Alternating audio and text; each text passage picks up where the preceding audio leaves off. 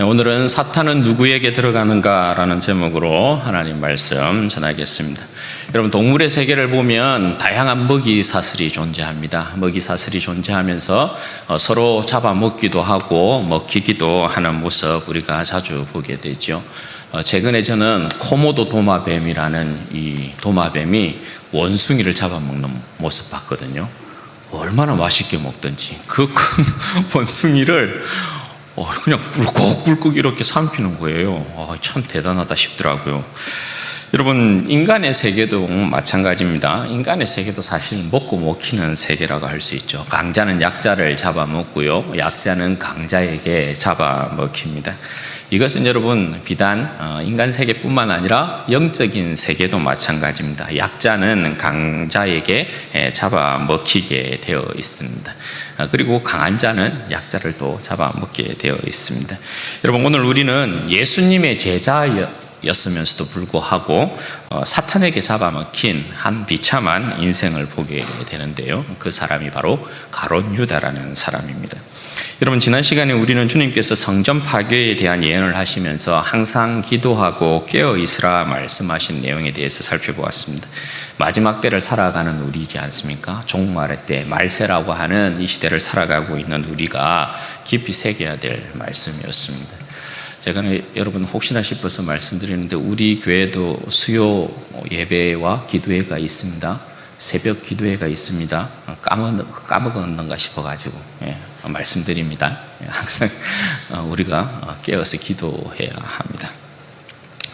여러분, 주님께서 예루살렘에 입성하신 후 주님의 역사와 가르침이 계속해서 성전을 배경으로 해서 일어나고 있다, 그렇게 말씀을 드렸죠. 여러분, 그 이유가 무엇이었습니까? 예수님께서 내가 바로 참 성전이다, 참 성전으로 내가 너희에게 왔다라는 것을 말씀하는 것이라고 말씀을 드렸습니다. 오늘 우리가 읽은 본문 37절 38절 말씀이 이 내용을 그냥 완벽하게 요약해서 설명해 주고 있다라고 볼 수 있겠습니다.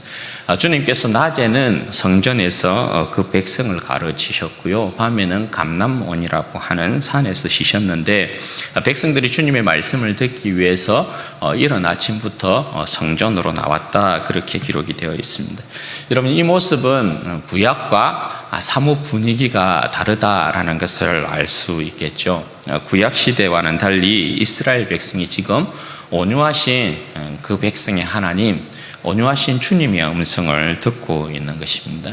여러분, 구약에서 하나님의 음성을 듣는 건 굉장히 두려운 일이었습니다. 그죠? 구약시대 하나님께서 그 백성에 임하신 하나님의 현현을 나타낼 때는 항상 영광의 구름이 성전에 가득했던 모습을 우리가 볼 수 있어요. 영광의 구름이 성전에 가득하면요, 모세를 비롯하여서 그 어떤 제사장도 능히 서서 하나님을 섬기지 못하는 그런 모습들을 이야기했었고, 또 성전에서 하나님의 음성이 들리면 영광스러운 음성임에 틀림없지만 너무나 이스라엘 백성에는 두렵고 무서운 하나님의 음성이었던 것을 볼 수 있습니다. 그러나 이제 그 백성은 그 백성 가까이 찾아오신 하나님을 아들의 얼굴을 통해서 이제 직접 뵙습니다. 그리고 주님의 부드러운 음성을 그 백성이 듣습니다. 주님께로 가까이 나오는 자는 누구나 주님의 그 영광스러운 모습을 보고요, 주님의 부드러운 음성을 듣고 있는 것을 보게 돼요. 그리고 여러분, 주님께서 성전에서 그 백성을 가르치는 가르침은 정죄하고 죽이는 모세의 법과는 완전히 다른 것이죠. 주님의 가르침은 그 백성을 살리고 그 백성을 자유케 만들고 그 백성에게 죄사함을 허락하고 병나음과 그리고 위로와 회복과 영광을 가져다 주고 있는 것을 보게 돼요. 주님은 여러분, 이처럼 자신에게로 나오는 그 백성들을 무척이나 사랑하고 계신 모습을 보여주고 있습니다. 여러분, 그렇게 주님께서 그 백성과 함께 하시면서 유월절이라고 하는 무교절을 맞이하게 됩니다. 오늘 말씀에 보면 1절에 보면 유교절이라 하는 무교절 이렇게 이제 표현하고 있는데, 왜 유월절이라고 하는 무교절 이렇게 표현하느냐? 여러분 6월절은 1월 14일이잖아요. 1월 14일에 6월절 양을 잡고 그 뒤 일주일간은 계속해서 누룩을 넣지 않는 무교병을 먹게 되어 있죠. 그래서 사실 6월절을 무교절이라고도 이야기를 하는 것입니다. 6월절이라고 하는 무교절 이렇게 표현하는 이유가 양을 잡고 난 이후에 계속해서 뒤이어 일주일 동안 이스라엘 백성들은 무교병을 먹기 때문에 그렇게 표현을 합니다. 여러분 6월절은 그럼 절기상 어떤 절기를 이야기합니까? 6월절은 주님께서 자신이 직접 6월절 어린 양으로서 그 백성을 대속하고 그 백성을 새롭게 출생시키는 절기를 이야기한다. 그죠? 그러니까 6월절은 항상 그 백성의 새로운 출생과 관련되어 있는 절기가 6월절이라고 할 수 있죠. 그리고 무교절은 여러분 뭐예요?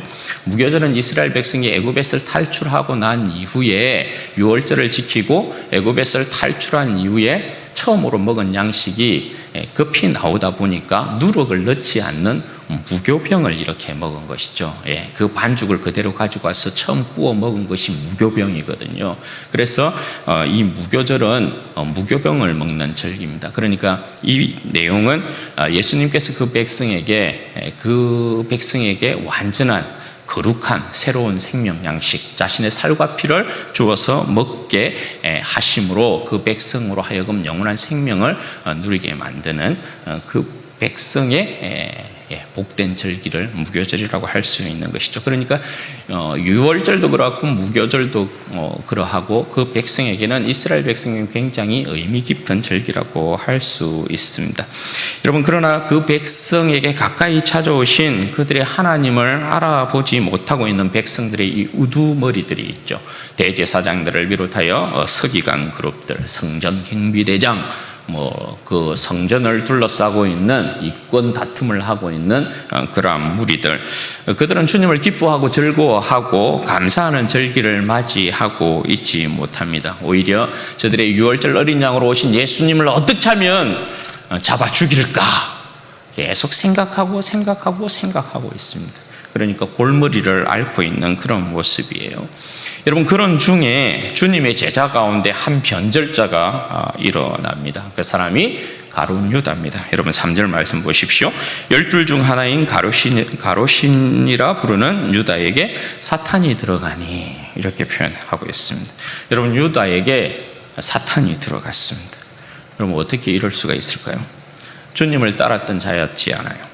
그것도 3년 동안 주님을 따라다녔던 제자였습니다.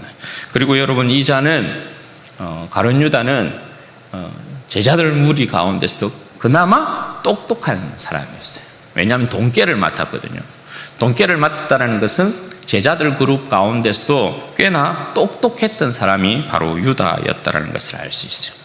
여러분 가장 가까이서 주님의 가르침과 기적들, 주님께서 행하신 능력들이나 권능과 권세, 영광을 직접 듣고 보고 느꼈던 그런 사람이었습니다. 그런데 그 사람에게 사탄이 오늘 들어갔다 이렇게 이야기해요. 여러분 사탄이 그에게 들어갔다는 것은 유다 자신이 사탄이 들어오도록 그 마음의 문을 열었다는 것입니다. 환영하고 영접했다라는 것이겠죠. 이 말은 여러분 반대로 유다가 그 마음에서부터 주님을 이미 버렸다라는 것을 이야기하는 거예요. 주님을 자신의 주 되심에서부터 그 마음의 보좌에서부터 유다는 이미 밀어내었다. 그걸 이야기하고 있는 것입니다. 여러분 무엇 때문일까요? 유다가 왜 예수님을 그 마음의 보좌에서부터 예수님을 이렇게 밀어냈을까요? 왜 버렸을까요? 그리고 왜 사탄을 영접했을까요? 왜 자신을 사탄에게 맡겼을까요? 유다는 회계직을 맡고 있었습니다. 그러니까 계산에 빠른 자예요. 유다는 자기가 생각하는 계산법이 있었겠죠. 예수에 대한 이해타산을 따져봤겠죠. 그런데 여러분 3년 동안 예수님을 따라보았는데 유다는 계산하기를 이거 별 볼 일 없다 이렇게 결론 내버린 것입니다. 3년 동안 예수님 따라다니면서 예수님의 진가를 알아볼 수 있었는가 반면에 가룟 유다는 3년 동안 예수님을 따라다니면서 별 볼 일 없는 인간이다, 이렇게 결론을 내버렸다는 거예요. 그러면 왜 여러분 가룟 유다가 3년 동안이나 예수님을 따라다녔으면서도 불구하고 예수님의 메시아 되심을 여러분 알아보지 못한 것일까요? 예수님의 진가, 예수님이 정말 이 백성을 온 인류를 구원하실 메시아구나, 이걸 왜 여러분 알지 못했을까요? 그건 다른 이유가 아니에요.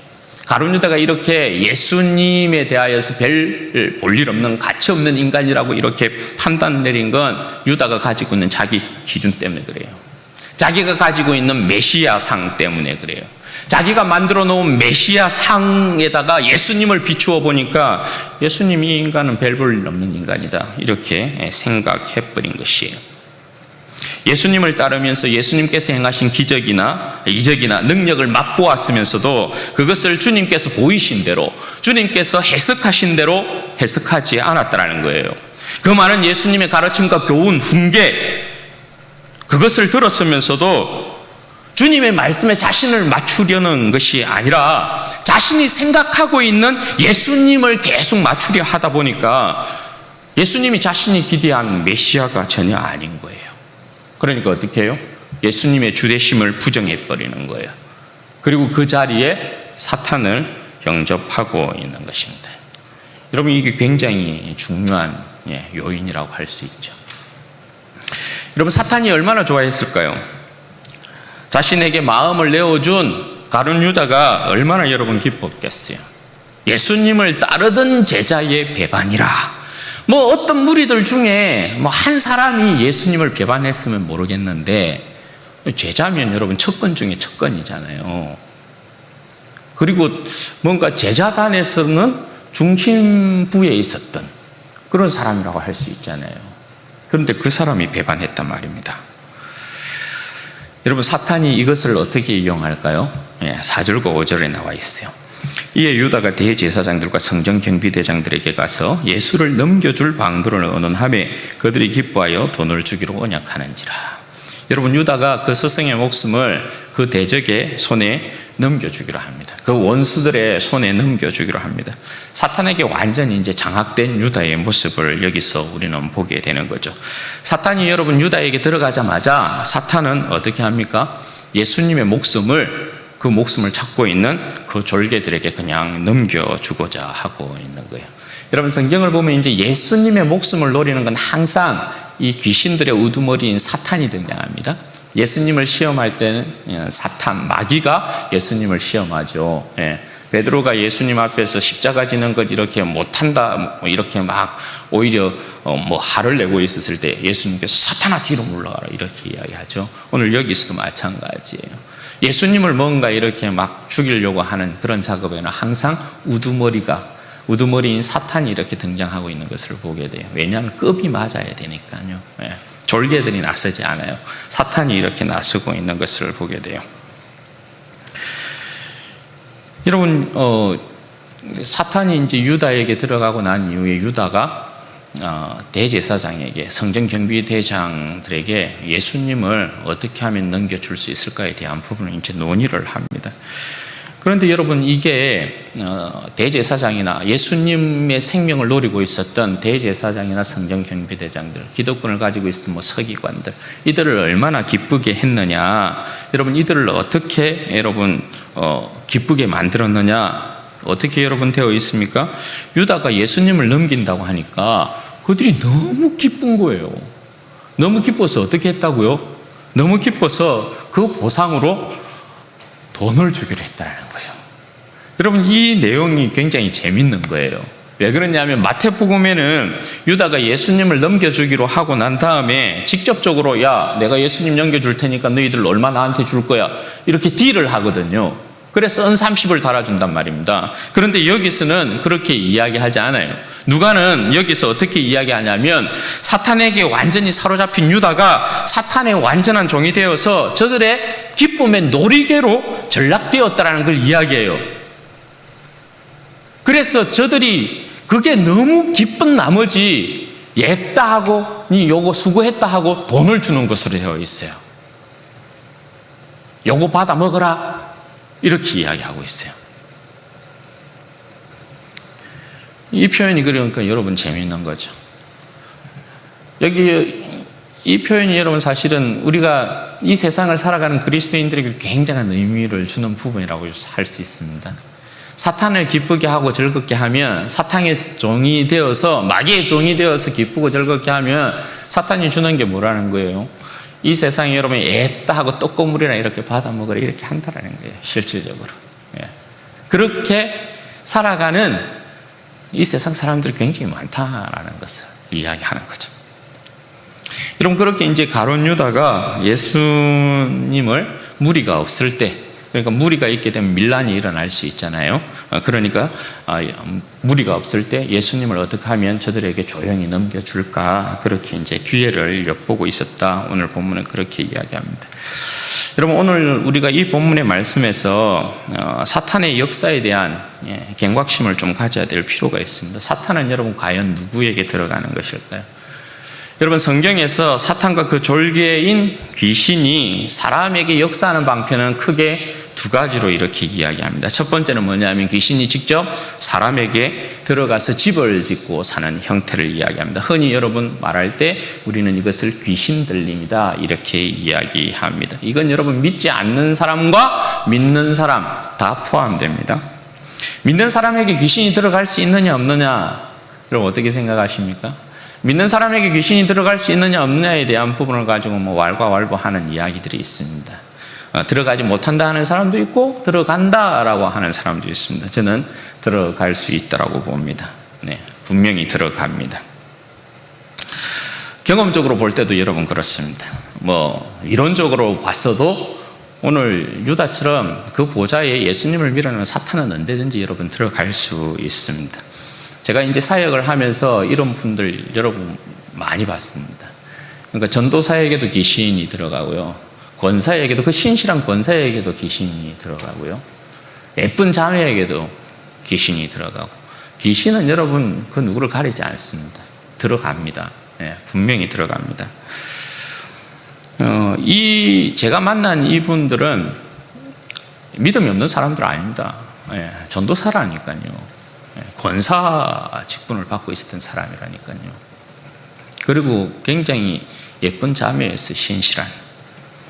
그런데 여러분 그들에게도 귀신이 들어갑니다. 한날 제가 한번 나눴는지 모르겠는데 저랑 같이 이렇게 이제 동문이었거든요.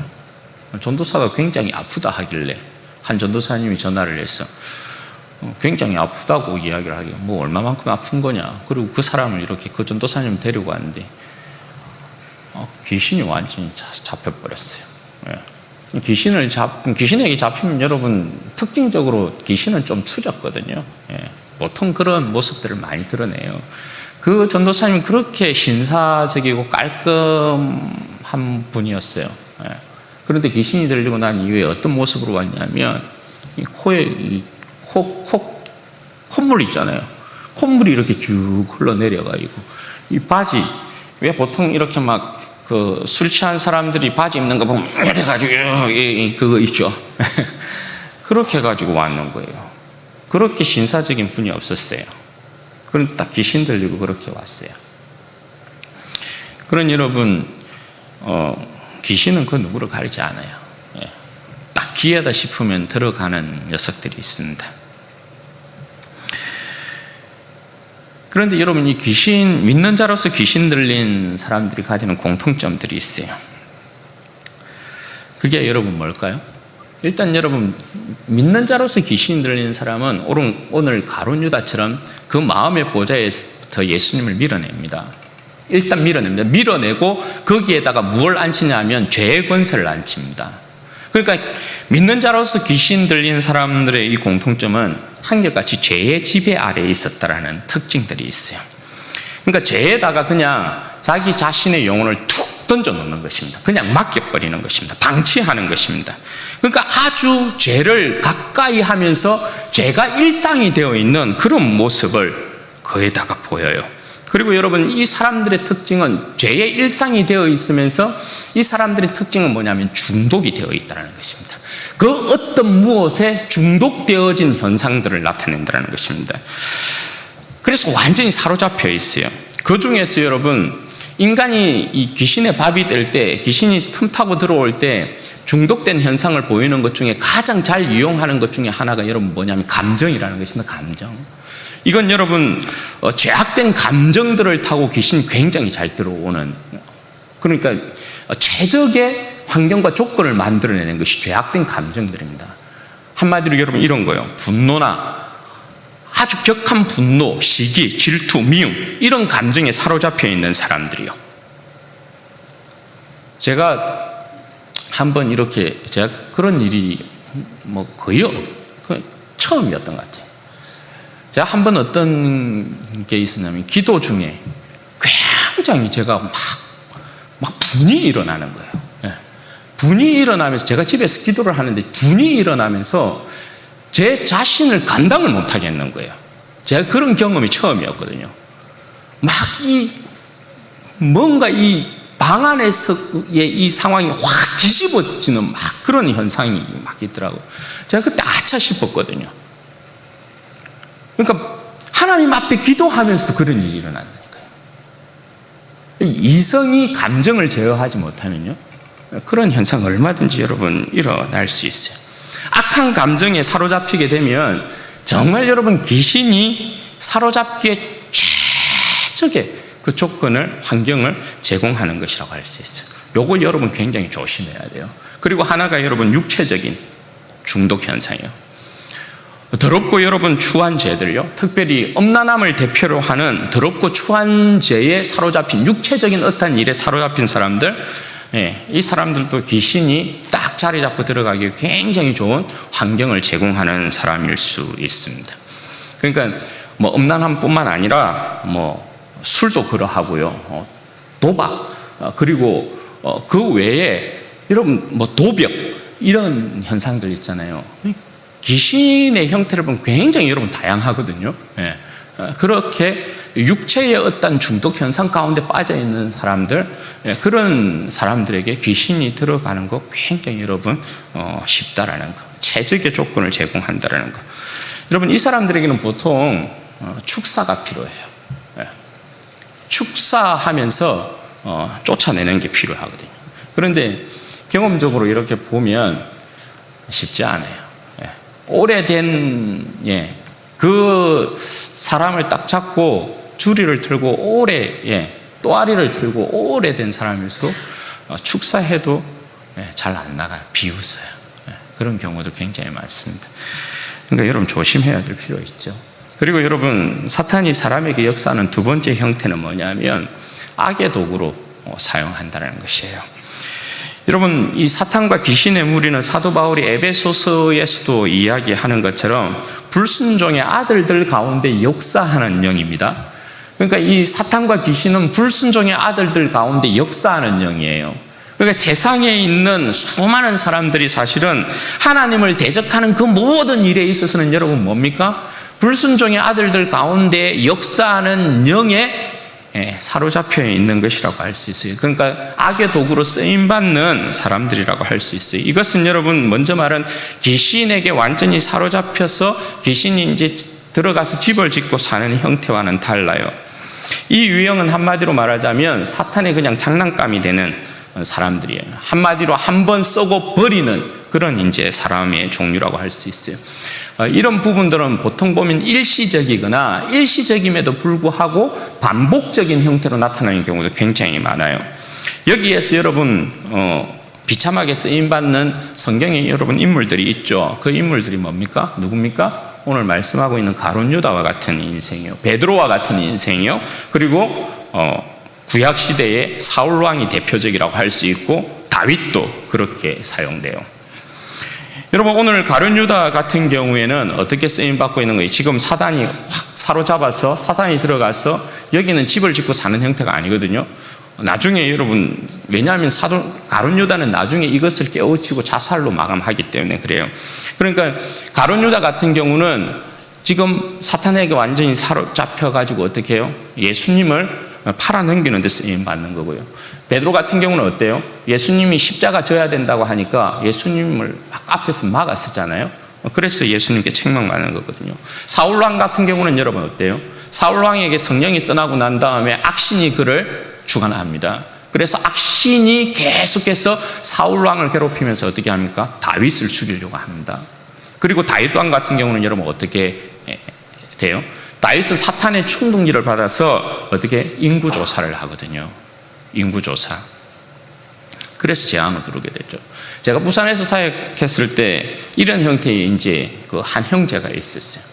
이 형제는 감정 기복이 굉장히 심해요. 그러니까 어제 좋았다, 오늘 나빴다, 오늘 좋았다, 내일 또 좋았다, 좋았다, 나빴다를 굉장히 반복해요. 그러면서 어떻게 하냐면 끊임없이 사람을 괴롭혀요. 막 시비를 걸어요. 계속해서 그 사람과 상대하는 것 자체가 손해가 되는 그런 경우가 있어요. 제가 기도하러 들어가면 따라와가지고 막 기도하는데 기도하는 게 아니야. 그냥 막 방해하는 거야. 기도하고 있으면 히히 뒤에서 막 히히 웃어서 하고 막 방해하고 막 이래요. 그런데 또 정신을 차릴 때는 막 얼마나 잘해주는지 몰라요. 막 더운데 막 커피 드세요 하고 커피 사다가 주고요. 막 좋을 땐 또 너무 좋아요. 그런데 또 악신이 이렇게 막 부리잖아요. 굉장히 사람이 날카로워지고 해코지하고 막 이래요. 그런데 여러분 이런 이유가 사실 많습니다. 사탄이, 귀신이 이렇게 역사하는 경우가 굉장히 많죠. 유혹하고 충동질하고 그죠? 반항하고 대적하게 만들어요. 철저하게 자신의 편으로 이용해 먹었다가 가치 없다 하면 그냥 바로 버리는 그런 일이에요. 그런데 이제 문제는 뭐냐면 사탄이나 귀신에게 이렇게 이제 이용을 당하면 인생이 많이 망가진다는 것입니다. 그 영혼이 굉장한 손해를 입게 된다는 것입니다. 해를 입게 된다는 것입니다. 여러분 가룟 유다를 보십시오. 가룟 유다가 어떻게 됩니까? 나중에 예수님이 재판받는 모습을 보고 자기가 이렇게 내가 이런 실수를 했구나. 나중에 여러분 자살해버립니다. 그러면 베드로는 여러분 어떻습니까? 베드로는 예수님에게 굉장히 호되게 질택당합니다. 그죠? 사탄아 내 뒤로 물러가라. 그렇게 질택당합니다. 사울왕 여러분 보십시오. 어떻게 합니까? 사울왕 최후의 모습이 어때요? 전쟁에서 패하고 사울왕도 사실은 자살합니다. 자살로 그 인생 마무리하죠. 다윗왕 여러분 어떻게 됩니까? 인구 조사하는 바람에 7만 명이나 여러분 백성이 죽습니다. 그러면 여러분 오늘 우리가 사탄의 밥이 되지 아니하려면, 귀신의 밥이 되지 아니하려면 귀신의 집으로 우리 자신을 내어주지 아니하고 사탄에게 농락당하지 아니하려면 여러분 어떻게 해야 될까요? 첫째 여러분, 내가 원하는 예수가 아니라 예수님이 원하는 내 자신이 되어야 된다는 거예요. 여러분 내가 원하는 예수상을 만들면 절대 안 됩니다. 나의 구주, 나의 메시아는 이런 분이어야 된다. 여러분 절대 안 되는 것입니다. 내가 원하고 내가 바라는 예수상을 가지게 되면요 반드시 시험에 듭니다. 반드시 올무에 빠지게 돼요. 이런 사람은 결국 예수 별 볼 일 없네, 예수 믿어봤자 별 볼 일 없구만, 다 여러분 세상으로 도망가게 돼요. 이런 사람들 나중에 한번 몸담아 봤기 때문에 어떻게 변해요? 전부 다 사탄의 도구로 변합니다. 핍박하는데 더 앞장섭니다. 이런 사람들이요. 이런 사람들은 여러분 교회 남아있어도 악의 도구로 사용될 뿐이에요. 내가 원하는 예수상이 아니라 예수님이 원하는 내 자신이 되어야 해요. 예수님이 원하는 내 자신. 그러기 위해서 여러분 예수님이 원하는 내 자신이 되기 위해서 여러분 우리는 어떻게 되어야 될까요? 끊임없이 여러분 말씀에 담금질 되어야 돼요. 끊임없이 여러분 기도로 담금질 되어야 돼요. 주님의 말씀이 나를 담금질해서 주님이 원하시는 내 자신의 모습을 봐야 된단 말입니다. 기도를 통해서 내 뜻이 주님 앞에 상달되어서 내 뜻이 이루어지는 것이 아니고, 기도는 뭡니까? 결국은 하나님의 백성으로서 우리가 주님의 마음을 가지고 주님의 뜻이 나를 통하여서 이루어지기를 원하는 거잖아요. 그게 이방신에게 기도하는 사람과 주님 앞에, 하나님 앞에 기도하는 백성의 다른 점이잖아요. 우리는 우리의 뜻이 이루어지기를 원하는 것이 아니라 주님의 뜻이 이루어지기를 원하는 거잖아요. 그러니까 말씀과 기도를 통하여서 주님께서 원하시는 내 자신이 만들어져야 된다니까요. 끊임없이 주님의 온유한 음성을 들어야 돼요. 여러분, 우리가 얼마나 많은 말씀을 접합니까? 그죠? 주일에 이 예배 가운데 여러분들은 어떻게 들으십니까? 말씀을.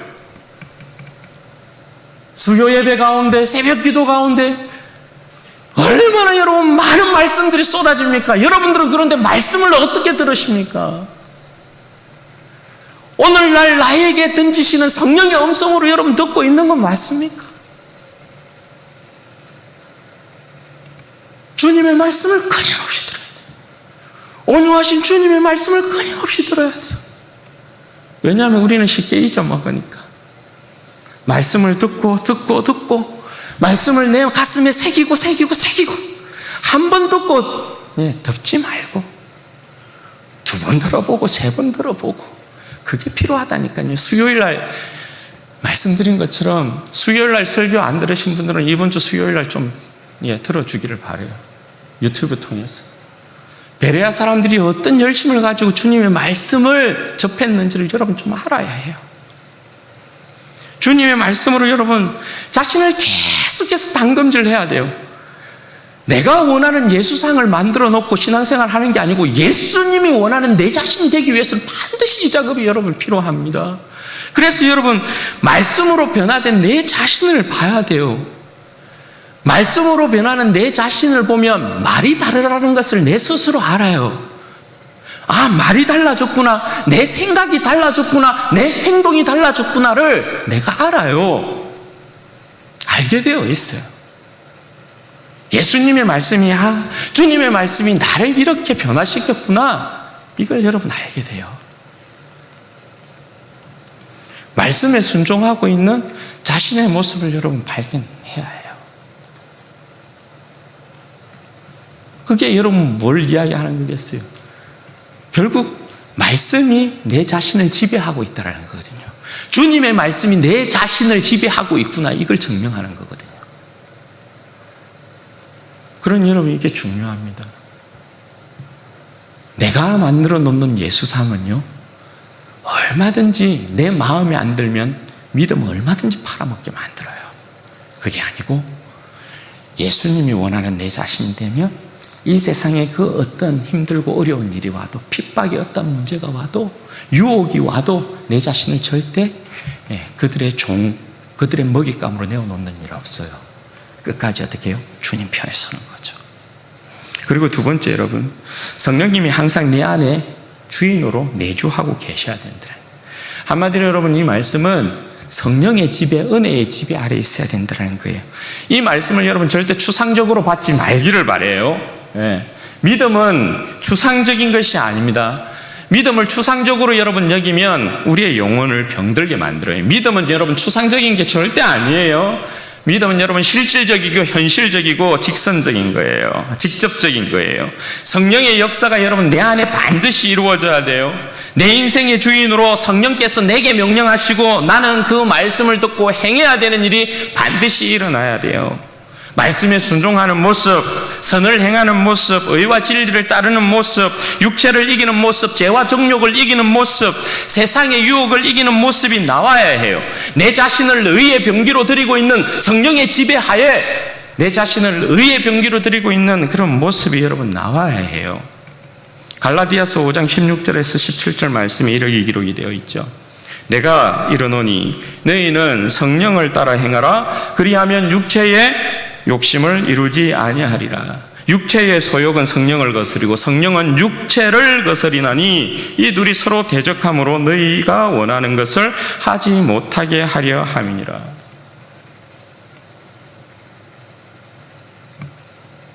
여러분, 성령은 반드시 우리로 하여금 하나님의 자녀인 것과 예수 그리스도의 제자인 것을 확인시켜요.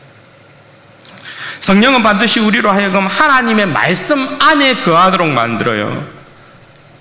내 마음의 보좌에서부터 성령을 밀어내면, 주님을 밀어내면 반드시 여러분 사탄이 들어옵니다.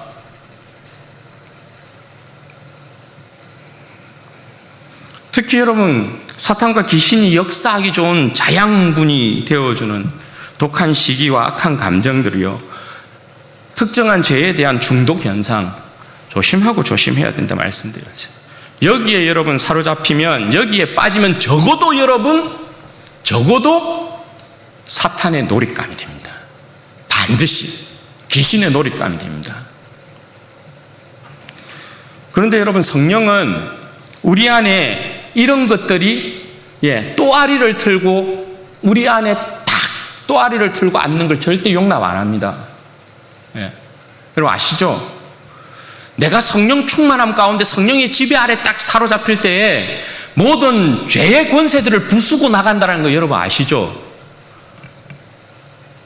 성령이 지배하고 성령이 역사하면, 은혜가 역사하면 이런 것들이, 이런 악한 것들이 내 안에 딱 또아리를 들고 자정하도록 절대 내버려 두지 않습니다. 그렇게 될 수 없어요. 또아리를 트는 이유는, 이 악한 것들이 또아리를 트는 이유는 딱 하나예요. 내가 내 자신을 그냥 죄의 권세에다가 악의 권세에다가 이렇게 탁 내어버리고 방치할 때예요.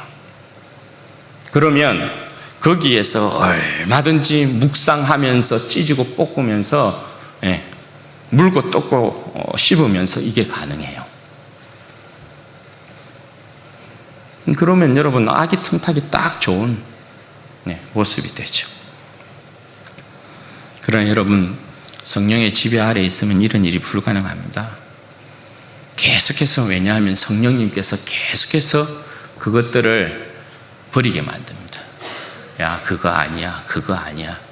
성령께서 계속 말씀으로 쪼아댑니다. 그거 아니야, 그거 아니야, 그거 아니야, 그거 아니야. 그렇게 하면 안 돼, 안 돼, 안 돼. 죄는 버리게 만드는 대신에 성령이 거하시면 어떻게 해요? 선은 적극적으로 행하게 만들어요.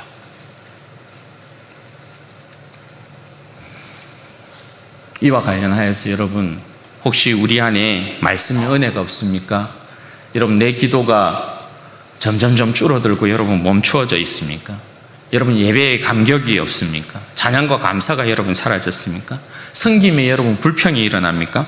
선한 일에 여러분 감각이 없으십니까?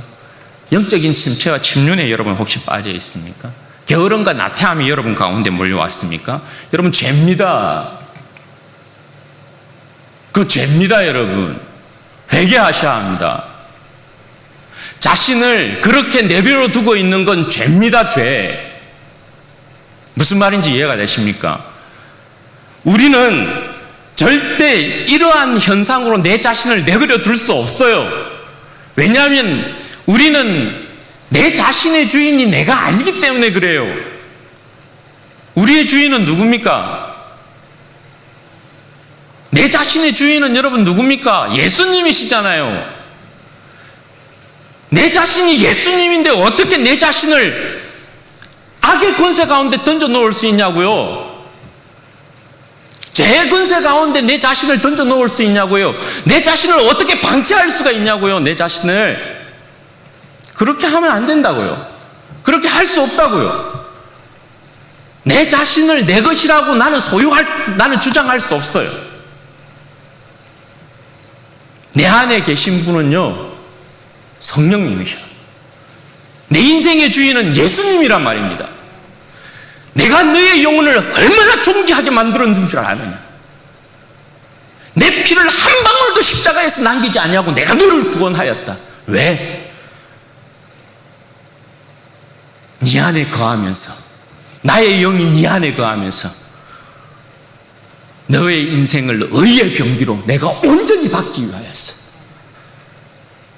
주님께서 우리에 대하여서 자신의 소유권을 주장하고 있는 이유가 그거 아니겠어요? 그죠? 그러니 여러분, 우리는 절대 우리 자신을 죄의 권세에다 내버려 둘 수 없어요. 내 자신이 막 은혜 가운데 거하지 못하고 거기에 내 자신을 여러분 둘 수 없어요. 두시면 여러분 절대 안 돼요. 여러분, 이기려면 뭐 하겠어요? 나 주님의 기쁨 되기 원하네, 이런 갈망이 있습니다. 여러분, 내 안에 성령께서 주인 되어 계시지 아니하면요, 우리는 얼마든지 사탄의 놀잇감들, 이건 여러분 예외 없어요. 이건 절대 예외 없어요. 직분에 상관없어요. 이건 여러분 신앙의 연수에 상관없어요. 나이에 상관없어요. 배우고 못 배우고에 여러분 상관없어요. 있고 없고에 여러분 절대 상관없어요. 그 어떤 것도 여러분 상관없어요. 내 자신을 성령의 지배 아래, 은혜의 지배 아래 두지 않으면 그 누구에게나 일어나요. 깨어있지 못하면 한순간 그 누구에게나 일어나요, 여러분.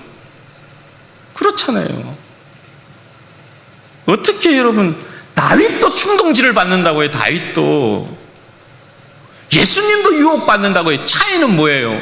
이겨낸 것과 넘어간 것이란 말이에요. 우리에게 없을 수 없어요. 있어요. 찾아와요. 그때 내 자신이 어떻게 무장되어 있는가, 그게 여러분 중요해요. 성령이 나를 지배하고 있지 못하면 내 스스로 내 인생을 뭔가 하려고, 선한 일을 이루려고, 여러분 절대 불가능해요. 그건 주의 백성들은 그렇게 사는 법이 없어요. 주의 백성들은 성령의 능력을 쫓아서 하나님 앞에서 선한 일을 감당해요. 그래서 선한 일을 할 때 내가 내 이름을 내어서 내가 잘했습니다 이렇게 말하지 아니하죠. 우리는 오직 주님의 은혜입니다. 주님의 은혜입니다. 왜? 내가 선한 일을 한 건, 선한 역사를 이룬 건 내 안에 계신 성령님의 능력으로 행한 거지, 내 자신의 어떤 잘남과 교만을 드러내기 위해서 하는 것이 절대 아니기 때문에 그래요. 그래서 내 인생을 통하여서 오직 주님만이 영광 받으시는 거죠. 사랑하는 여러분, 자기 싸움이 있어야 합니다. 자신을 포기하고 그냥 내버려 두는 게 아니고 이런 자기 안에서의 싸움이 여러분 있어야 합니다. 싸움을, 내가 이런 유혹을 이기지 못하고 이런 어떠한 상태를 이기지 못한다라는 부분에서 자신을 방치하고 있으면 안 되고 싸워야 한다니까요. 이겨내려고 싸워야, 자기와 싸워야 한다니까요. 자기와 싸움을 시작하면 우리 안에 계신 성령님이 반드시 도우십니다, 여러분. 성령은 우리의 연약함을 아시고 도우시는 분이시니까. 여러분 기억하십시오. 우리는 강한 자들입니다. 예수님과 함께하는 그 누구도 사탄이 어떻게 할지 못합니다. 죽음의 권세가 어떻게 손대지 못합니다. 성령의 능력 아래에 있는 자를 이 세상의 그 어떤 영적인 세력이 그 어떻게 하지 못합니다. 죽음의 권세도 사망의 권세도 그 어떻게 하지 못합니다. 그런데 주님을 벗어나는 순간, 주님을 내 마음의 보좌에서 밀어내는 순간, 성령님을 내 마음의 보좌에서 밀어내는 순간 우리는 사탄의 밥이 돼요. 그러나 우리가 우리의 마음 보좌에 주님을 왕으로 모시고 아들을 죽음 가운데서 일으키신 성령을 우리가 의지하고 성령과 함께 연합함으로 이 땅을 살아가면 이 세상에 그 어떤 사탄의 하나비가 와도 절대 우리를 이길지 못한다. 우리는 그야말로 강한 용사가 되는 것입니다. 주님과 함께하고 있기 때문에, 성령님과 함께하고 있기 때문에 강한 용사가 되는 것입니다. 바라기는 우리 사랑하는 모든 성도들이 주님이 원하는 주님의 기쁨 되기를 바라고 성령의 지배, 은혜의 지배 아래 거하심으로 말미암아 여러분의 몸을 불의의 병기가 아닌 의의 병기로 하나님 앞에 영광 돌리는 복된 여러분들 되시기를 주님의 이름으로 축원드립니다. 이 시간에 같이 한번 기도하도록 하겠습니다. 여러분, 예수 그리스도와 함께하면 우리는 강한 사람인 것입니다. 성령님이 우리 안에 내주하시고 우리를 주장하시면 우리는 강한 사람인 것입니다. 그 어떤 영적인 권세가 우리를 여러분 주관하지 못합니다. 여러분 이 시간에 기도할 때 그렇게 기도하십시다. 주님의 말씀으로 끊임없이 당금질 당하는 인생이 되게 해주십시오. 주님의 말씀으로 무장하고 주님의 말씀이 변화시키는 내 인생이 되어지도록, 주님이 원하시는 내 자신이 되어지도록, 주님의 뜻을 이루는 인생 되어지도록 하나님 은혜를 주시기를 원합니다. 그리고 성령님 나를 주관하옵소서. 항상 내 인생이 성령의 지배 아래, 은혜의 지배 아래 있는 자가 되게 하여 주옵소서. 사탄에게 한치도 내 자신을 내어놓지 않게 하여 주시고 오직 성령의 능력 가운데 선한 도구로 의의 병기로 쓰임받는 복된 인생 되게 하여 주옵소서. 우리 주여 한번 부르고 기도하십시다. 주여